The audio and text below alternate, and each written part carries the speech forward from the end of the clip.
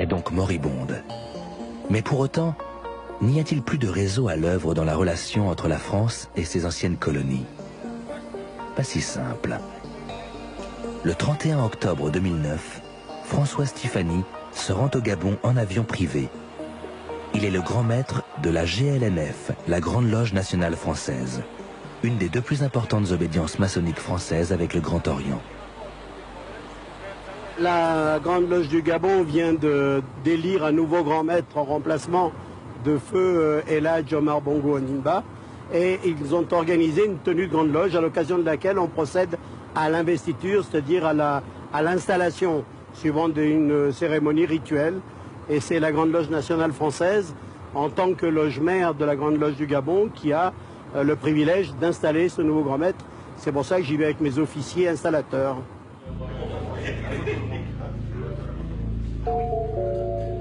Le grand maître qui va être intronisé est Ali Bongo, nouveau président du Gabon qui prend là aussi la succession de son père.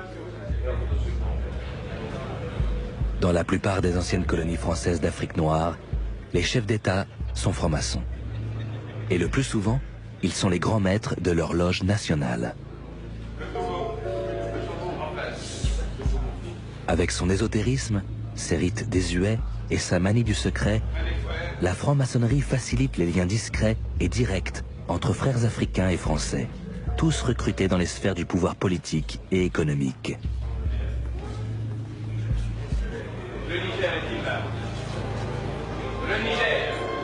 Aujourd'hui, ils sont tous là, tous les présidents africains ou leurs représentants au plus haut niveau.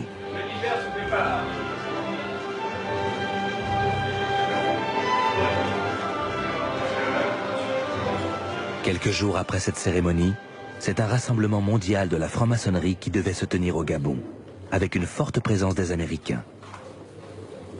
Il n'y a pas encore de Chinois francs-maçons. Ça ne saurait tarder.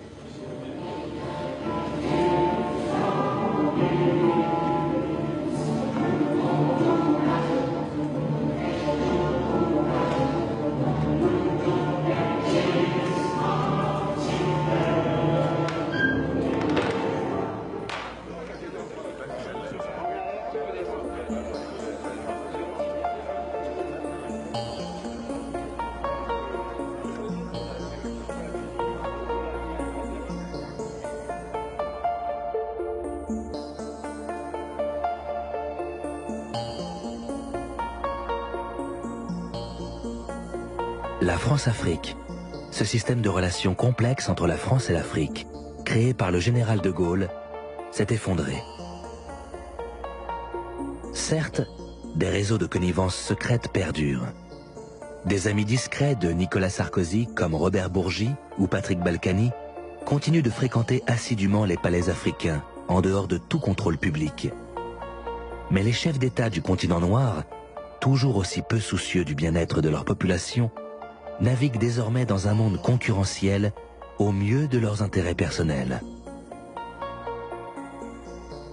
Quant au président de la République française, en charge d'un pays qui a toujours autant besoin des ressources énergétiques de l'Afrique noire, il n'est plus que le représentant de commerce attentionné des grands groupes industriels.